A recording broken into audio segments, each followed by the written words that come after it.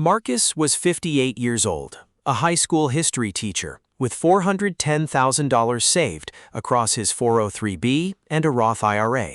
He'd done everything right, saved consistently, avoided big debt. But as retirement crept closer, one question kept him up at night. How do I actually turn this pile of money into a monthly paycheck that doesn't run out before I die?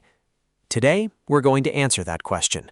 We'll walk through the exact strategies Marcus used and that you can use to build reliable retirement income.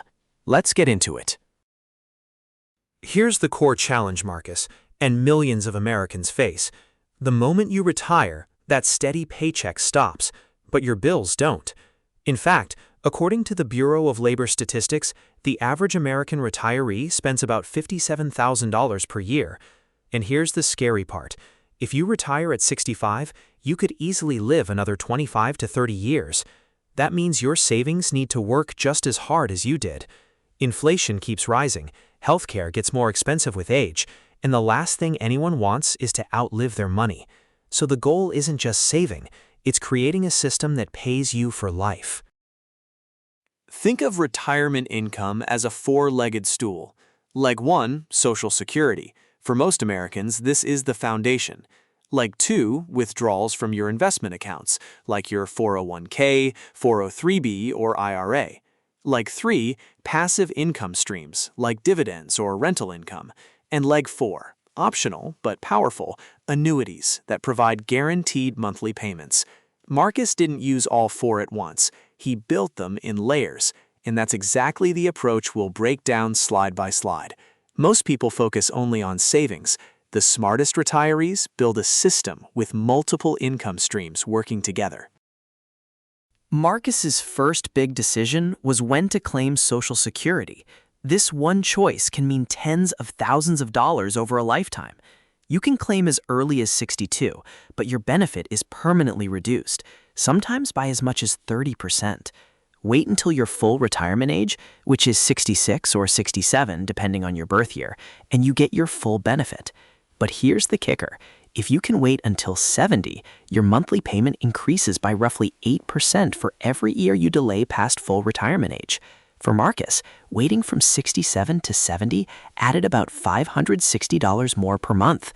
Over a 20-year retirement, that's over $130,000 extra. Let that number sink in. By simply waiting 3 years to claim Social Security, something Marcus initially didn't want to do, he stood to collect over $130,000 in additional lifetime income. That's not from investing more. That's not from taking on more risk. It's just from being patient and strategic with a benefit he'd already earned. Now, delaying isn't right for everyone. If you have serious health concerns or immediate income needs, claiming earlier might make sense. But for Marcus, who was in good health and had other savings to bridge the gap, waiting was a no-brainer. Always consider your personal situation and consult a financial advisor. So how does Marcus actually pull money from his portfolio without panicking every time the market drops? He uses what's called the bucket strategy, and it's one of the most powerful retirement income frameworks out there. Bucket 1 holds 1 to 2 years of living expenses in cash or a high-yield savings account. This covers immediate needs and lets him sleep at night during market downturns. Bucket 2 holds 3 to 10 years of money in bonds and conservative funds.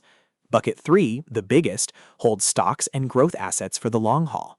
When the market is up, you refill buckets 1 and 2 from bucket 3. When the market drops, you live off buckets 1 and 2 and let bucket 3 recover. Here's a chart that changed the way Marcus thought about his savings. This is what the 4% rule looks like over a 30-year retirement. The rule, originally from the Trinity study, suggests that withdrawing 4% of your portfolio in year 1, then adjusting for inflation each year, has historically given retirees a very high probability of not running out of money over 30 years. Marcus had $410,000. 4% of that is $16,400 per year, or about $1,367 per month from his portfolio. Combined with Social Security, that covered his core expenses comfortably. Past performance doesn't guarantee future results, but historically, this strategy has held up remarkably well across different market conditions. Let's look at how Marcus structured his income sources in year one of retirement. This is a realistic example of how the pillars we talked about actually come together. Social Security, which he delayed to age 70, provided about $2,100 per month. His 4% portfolio withdrawal added another $1,367 per month. And a small dividend income stream from his taxable brokerage account contributed around $400 monthly. All in, Marcus had just under $3,900 per month in retirement income. That's nearly $47,000 per year, very close to his target spending number. And critically, his Social Security and dividends keep flowing even in a bad market year, reducing pressure on his portfolio. One of Marcus's smartest moves was building a small dividend income stream before he retired. Dividend investing is exactly what it sounds like. You own shares of companies or ETFs that pay you a portion of their profits every quarter. Historically, stocks known as dividend aristocrats have raised their payouts every single year for at least 25 consecutive years.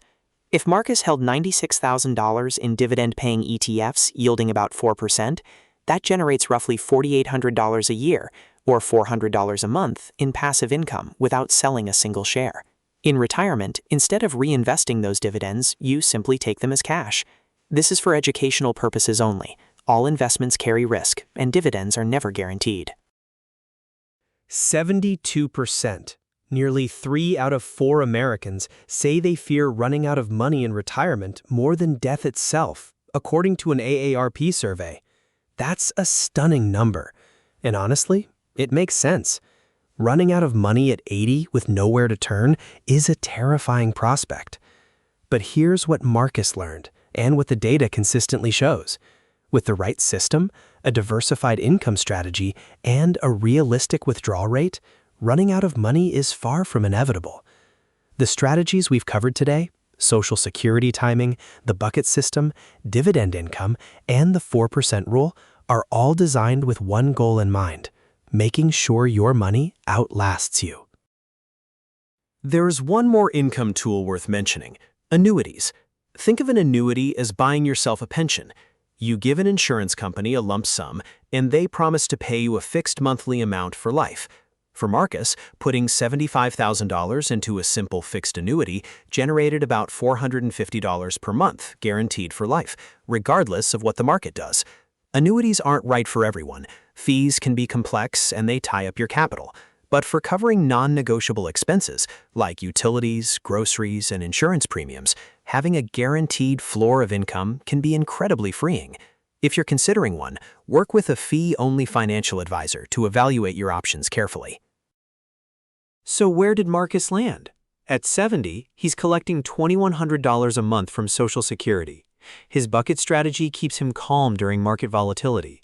His dividend income throws off $400 a month without touching principal.